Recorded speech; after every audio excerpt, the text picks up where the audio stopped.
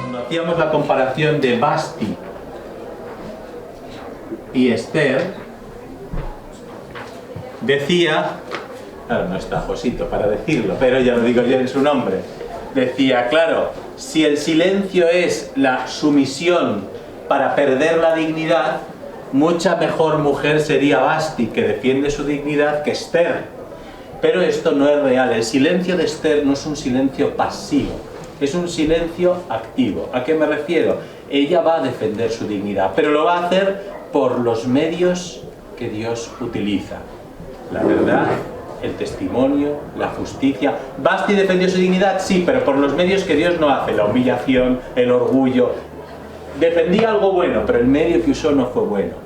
El silencio de Esther es una de las razones por las que los primeros cristianos la relacionaban con la Virgen María, con el silencio de María. María fue una mujer activa, pero fue una mujer que muchas veces guardaba en su corazón, por fe en Dios, por esperanza, por tratar de...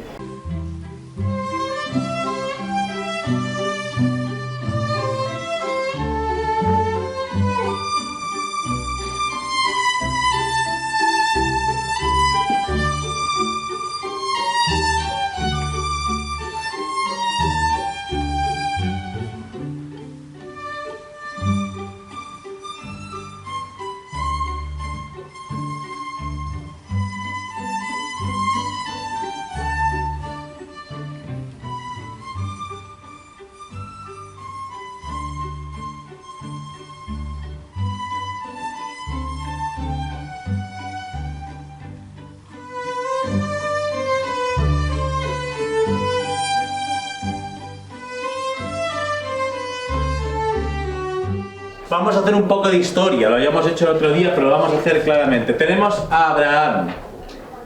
Abraham es el padre en la fe. Y de Abraham nace ¿quién? Isaac. Qué gusto da, qué bien, qué bien. Y Isaac tiene dos hijos, Esaú y Jacob. ¿Quién tendría que haber heredado? Esaú. ¿Y quién heredó? De Jacob vendrán las 12 tribus de Israel, entre ellas Judá, entre ellas Benjamín. La única diferencia es que Benjamín y José nacen de Raquel, la mujer querida, y de Lía nacen Rubén, Simeón, Leví, Judá, Isaacar, Zabulón, muchos más, ¿no? Esaú, pobrecito mío, que se quedó sin heredad, se quedó con la montaña de Edom, tiene varios hijos hasta Amalek. De la tribu de Leví salió Moisés. Y os contaba que cuando Moisés sale del Mar Rojo, habiéndose ya muerto los egipcios, como leíamos en la vigilia pascual, de repente aparece un tal Amalek que ataca a Israel. Y cuando uno estudia el Éxodo se pregunta quién es ese Amalek que nada más que pasas el Mar Rojo te ataca. Entonces hay varias versiones. Unos dicen que Amalek significa el mal, atacó el mal, el pecado, el odio, ejércitos enemigos diversos, malos. Una forma de decir los malos, pues los amalecitas. Otra es que Amalek sea el seudónimo de un demonio del desierto, que hay tradiciones en Oriente Medio acerca de los demonios del desierto. Y una tercera sería considerar que este Amalek es nieto o bisnieto o tataranieto del tal Esaú. Y que desde que se fueron a Egipto estaba ahí esperándole para que saliera, para lo que me debes por todo lo que me ha robado. Bueno, pues siguiendo curiosamente esa interpretación, donde Amalek sea eso, de Amalek acabaría siguiendo Amán, el de Agar, y de la tribu de Benjamín vendrían Mardoqueo y Esther. Por tanto os lo digo porque los autores judíos siempre han querido ver la oposición entre Amán y Mardoqueo, protagonistas de esta historia también, junto con Esther, en la diatriba entre Esaú y Jacob. Entonces, esto que lo tengáis, porque además la presentación de Amán, en el texto hebreo es aquí, justo donde lo acabamos de leer. El Amán es un nombre persa que significa el magnífico, el grandioso, el grande. Es decir, es el ideal humano. Y si el rey le reconoce autoridad y al rey de Persia se le debe reverencia, es normal que entonces aquel que es el valedor del rey también le deba reverencia, cosa que ayuda a la soberbia de Amán. Por supuesto que se siente muy feliz de que la gente se incline ante él, todos ellos.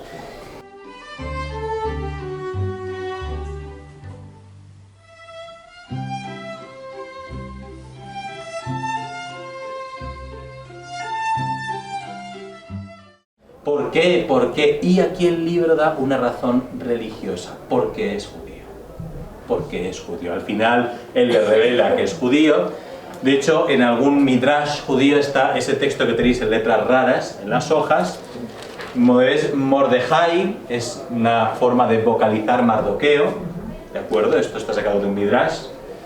Mordejai dijo, Moshe, nos advirtió en la Torá, maldito es el hombre que hace una estatua. Este hombre malvado, Amán, está haciendo de sí mismo un ídolo. Yo en particular no debería reverenciarme dado que nací en la casa del rey. Es decir, todas las tribus nacieron fuera de Israel y mi ancestro nació en Israel. De inmediato esto fue reportado a Amán, quien respondió, tu abuelo Jacob se reverenció ante mi abuelo Esaú. Y Mardoqueo respondió, Benjamín no había nacido aún cuando ocurrió este evento. Bueno, pues los midrash judíos, sabéis que completan la escritura, son explicaciones, ¿no? Pues ellos crean un diálogo entre Mardoqueo, donde Amán refiere a que Esaú es hermano mayor de Jacob y durante mucho tiempo se tuvo que inclinar, y de hecho cuando le pide perdón se inclina, y Mardoqueo le dice, sí, pero yo a Jacob no lo sé, pero sé que Benjamín nunca se inclinó ante Amalek y yo soy hijo de Benjamín. En cualquier caso, la prohibición es cierta, el Deuteronomio, lo hemos leído en los primeros textos, no permite que adores a ninguna persona o cosa, con lo cual yo no voy a inclinarme, a reverenciarme ante ti, Amán, que eres un ser humano, te tendré respeto, te tendré cordialidad, pero no te adoraré. Esto, los del Nuevo Testamento lo conocemos muy bien por la dignidad del bautizado. El bautismo nos hace dignos, iguales en dignidad entre todos los hombres, hermanos, al mismo nivel, ¿no? Por mucho que uno haya nacido en un palacio humano y otro haya nacido en una loma de Haití, pero en cualquier caso, en el bautismo, iguales en dignidad, ¿no? Pues esa es la referencia que Israel hace cuando dice hemos nacido en el palacio del rey. ¿Qué es el palacio del rey? El amor de ese padre que nos ha llamado pueblo elegido, aunque sea en un desierto en tiendas, ¿no?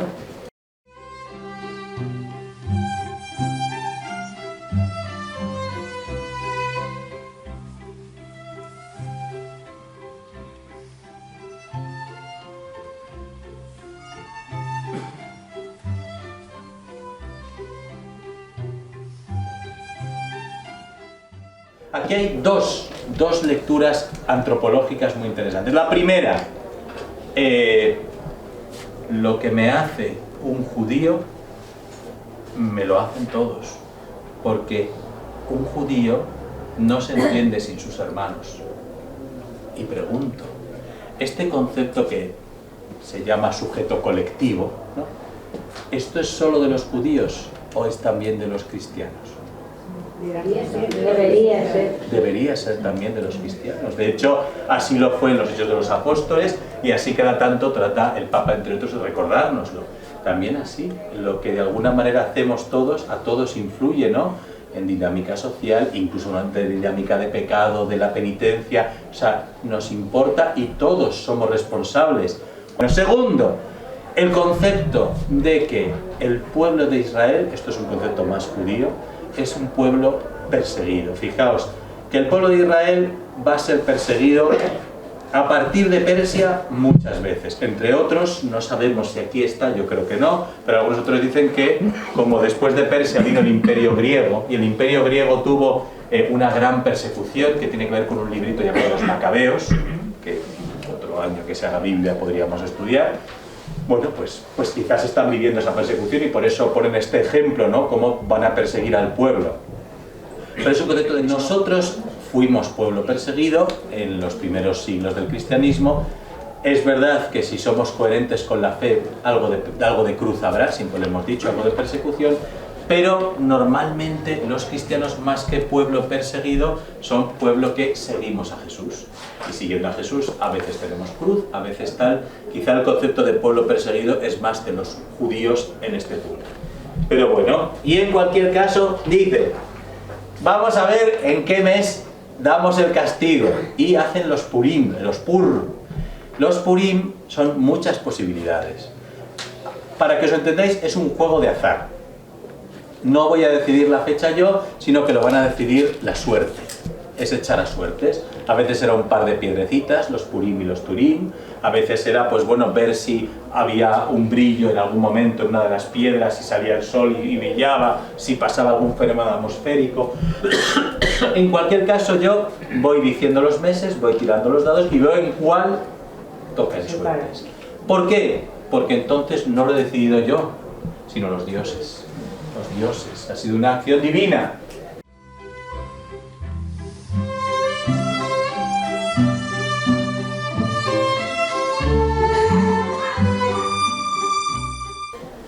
Esto es teológicamente lógico. Raro, porque si es pueblo elegido, Dios le protege. Salvo que hubieran hecho algo por lo que Dios no les protegiera. Bueno, de nuevo tenemos que ir a los Midrash, y hay un Midrash aquí, entonces...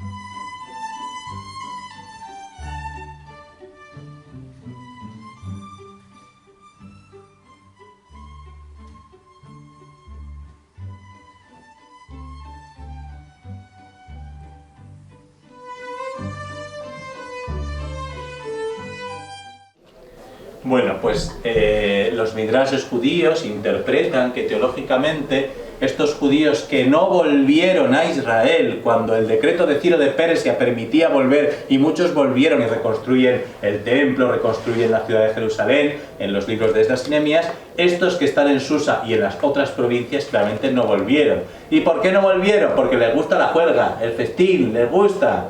Total, ¿para qué, no? Bueno, pues esta es la justificación que de alguna manera estos midrash, que esto no es palabra de Dios, estos midrash opinan, ¿no? El pueblo judío se separa de Dios y Dios entonces le retira la protección.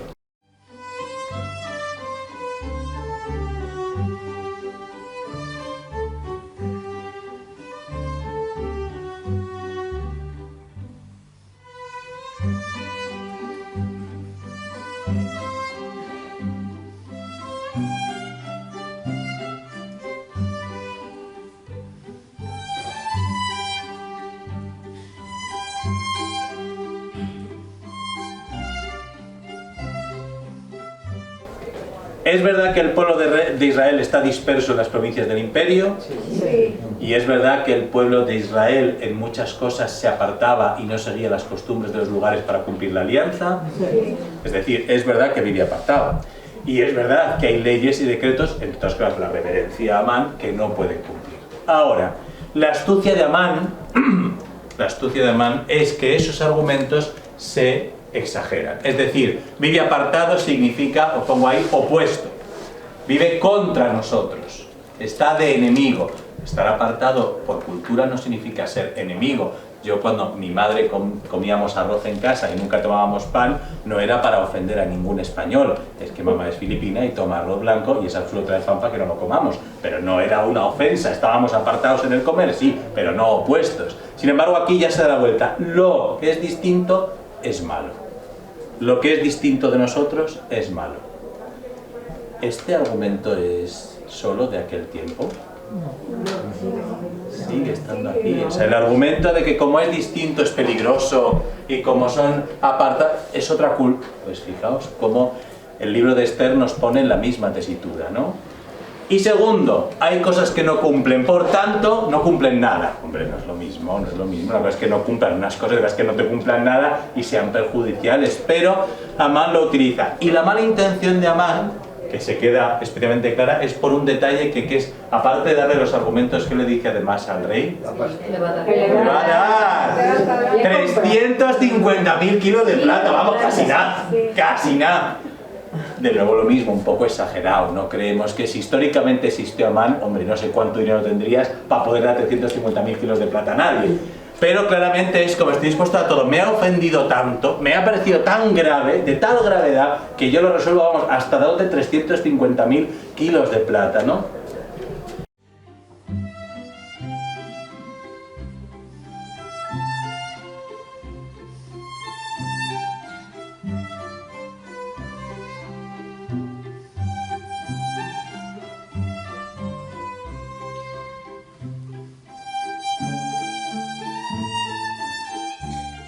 Por un lado, Asuero, os pongo, expresa humanidad. ¿Por qué? Porque no se queda con el dinero. Asuero dice, yo no necesito el dinero, yo me fío de ti, si te parece que es razonable, eres el funcionario más alto de la corte, yo me fío. Por un lado, bien, porque no tiene esa sed de dinero que otros malos monarcas tienen. Y os digo que Asuero es como esa figura de la persona que puede recuperar, puede recibir una verdad que le cambie la vida. Pero también esto puede ser interpretado no solo como humanidad, sino también como una negligencia enorme, porque es que le da el anillo real, pongas lo que pongas, pones esto y lo estoy escribiendo yo. Entonces esto no es que no fuera típico, pero es una muestra de negligencia total, porque tú estás para reinar, y más si es un decreto de exterminio.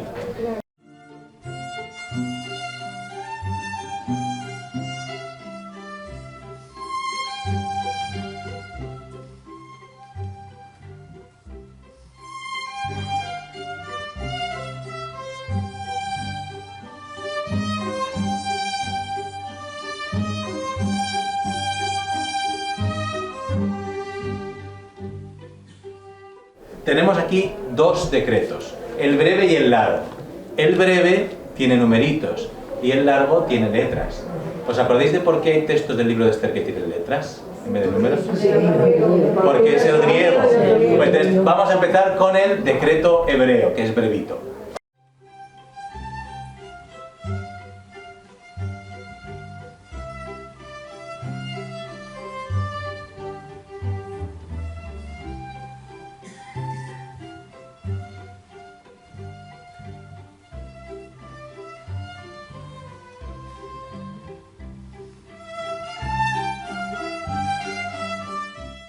¿Veis? Este es el decreto hebreo, un decreto breve, muy claro, eso sí, no hay duda. Quieren exterminar a todos los judíos, jóvenes y viejos, niños y mujeres, es decir, sin excepción. Porque quiere decir, solo los varones, aquí queda claro, no, también las mujeres, no, también los niños, queda clarísimo que son todos, y saquearles todas las posesiones, ¿no?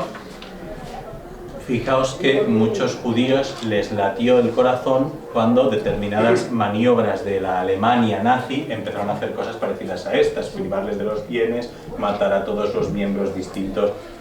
Para ellos el holocausto fue revivir algo que para ellos, en esa visión de pueblo perseguido, pues han seguido viviendo y consideran que lo siguen viviendo, ¿no?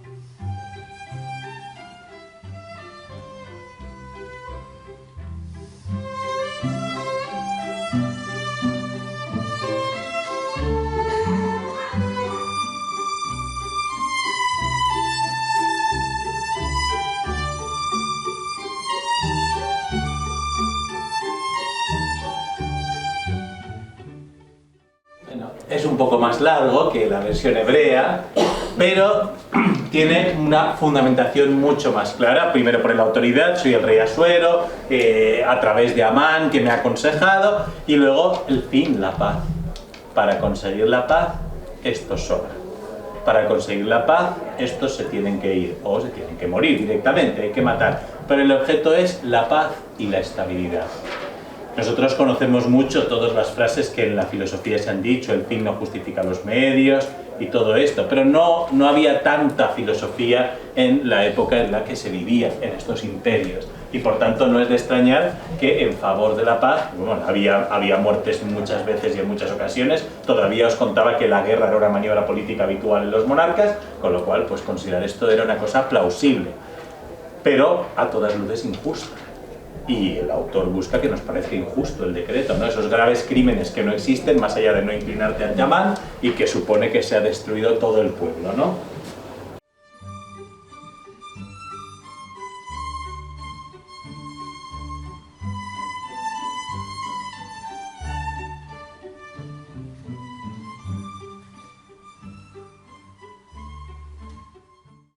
Entonces, fijaos cómo la ciudad se consterna, es decir, Esta sensación que tenemos los que leemos y decimos qué desproporción, qué dureza, no es una cosa solo que el autor pretende que solo lo vemos los lectores, no lo ve la propia ciudad, los propios ciudadanos dicen qué desproporción el pedir que exterminemos a un pueblo, sus niños, sus mujeres, sus ancianos, y sin embargo, ¿quién no lo ve? El rey. ¿Por qué no lo ve? Porque está banqueteando, Es que le importa un bledo, vamos, le importa un bledo, está muy ocupado,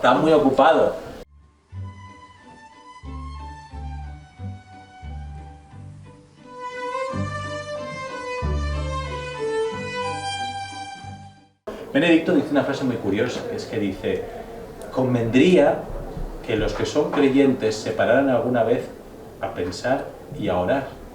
Y quien no sea creyente, que se pare a pensar por qué estoy haciendo esto, ¿no? Porque a lo mejor es verdad que los empresarios o los ciudadanos o los si se pararan y pensaran lo que están haciendo y por qué lo están haciendo y por quién lo están haciendo, a lo mejor se darían cuenta. Pero como habitualmente la vida es un sin parar, es que no caemos en la cuenta muchas veces de las cosas que pasan alrededor. Y en concreto en la moral social cristiana esto es muy importante. Muchas cosas pasan y no nos damos cuenta en muchos lugares, ¿no? ¿Por qué? Porque, Dios me perdone y perdonad que no estoy juzgando aquí a todo el mundo, pongo a mí mismo, porque a veces uno está banqueteando y no se da cuenta de lo que está pasando ni en Siria, ni en África, ni en Sudán, ni en tal.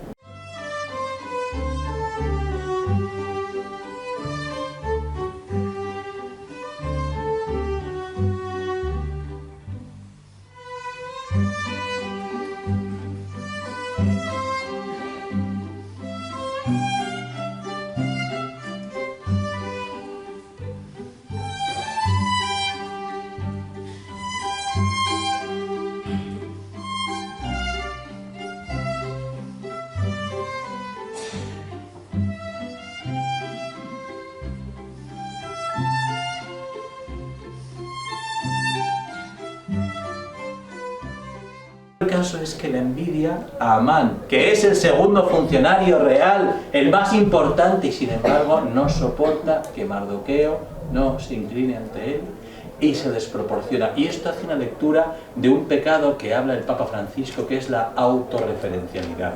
¿Sabéis lo que es la autorreferencialidad? La autorreferencialidad tiene que ver con el egoísmo, pero es muy interesante. Porque si bien el egoísmo, todo el mundo sabe lo que es ser un egoísta, la autorreferencialidad muchas veces no solo es porque pienses en ti, sino porque piensas toda la realidad desde ti. Y tú evalúas qué es grave o qué no es grave, para mí y para otros. A lo mejor estoy pensando mucho en Miguel y Ana, pero soy yo el que decide lo que más les afecta y lo que más no les afecta. Y si yo considero que esto no les puede afectar, pues no hay que preocuparse por Miguel y Ana, porque yo he decidido, porque yo siento y pienso. Y el Papa dice, ojo, deja de ser autorreferencial, es que cabe que tú no seas la medida afectiva ni tuya, que es el egoísmo, ni de otros, que es esa autorreferencialidad, ¿no? ¿Es grave o menos grave un hecho en Sudán o un hecho en tal? Bueno, pues lo tiene que valorar algo más que mi propia percepción, ¿no? Bueno, pues Amán le pierde su propia percepción, él percibe la realidad desde él y para él es muy grave, tan grave que hace esta decisión. Pero uno que lee este escrito tendría que plantearse si no nos pasará a nosotros a veces que nuestra propia autorreferencialidad nos hace plantearnos que las cosas que me hacen o que hacen algo que a mí me importa son las más graves del mundo y las cosas que yo hago o graves que a mí no me parezcan graves, pues no son tan graves. Oye, pues tampoco pasa tanto, pues porque esto es un peligro que el Papa Francisco nos avisaba y decía él, entra en oración, formación, porque tienes que salir a ver lo que es la realidad y no te quedes solo en lo que a ti te autorreferencias, ¿no?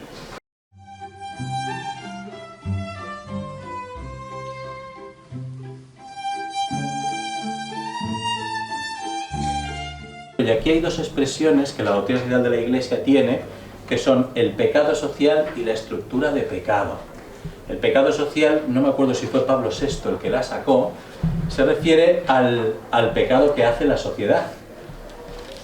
Y eso que es real, que como sociedad pues a veces no acertamos y dañamos, Juan Pablo II le dio un giro de vuelta y dijo la estructura de pecado. ¿Y por qué lo cambió? Porque dijo Juan Pablo II, pecado social se entiende muy bien que es un pecado que hacemos como sociedad, pero corre el peligro de que ella diga, bueno, es que el problema lo tiene la sociedad, yo no he sido, ha sido la sociedad. y entonces yo aquí no cambio nada, yo aquí no lucho por nada y yo me quedo tan tranquilito. Entonces, por eso Juan Pablo II dijo, no, estructura de pecado. Es verdad que nosotros a veces hemos elaborado, por nuestro pecado, por nuestro egoísmo, por nuestra tal, estructuras que llevan al pecado, que llevan a la muerte, que llevan a la injusticia, que llevan a la patriarcalidad, que llevan al aborto, a la eutanasia, todo esto, pero la estructura no sustituye mi libertad. Si yo colaboro o no colaboro, si yo lucho contra o no lucho contra. Esto depende de mí. Y pongo esto porque a Suero es lo que le pasa. Si Asuero no ha hecho nada, nada más ha dado su anillo. Yo no he hecho nada, no, pero tú tenías que haber cogido ese anillo que es tuyo. Y que tú no lo escribas y permitas que siga, no significa que tú no estés haciendo nada, ¿no? Padre nuestro que estás en los cielos. En la tierra que se muere, en los ojos de los niños que no tienen para comer. Santificado sea tu nombre. Y que todo el mundo se entere de tu mano generosa, de tu fuerza y tu poder. Venga a nosotros tu reino. Y que brille lo más limpio, lo más bueno, lo más puro, lo mejor de nuestro ser. Hágase tu voluntad. Que lleve la basura, la violencia y la mentira hasta desaparecer. Así en la tierra como en el cielo. Protégenos,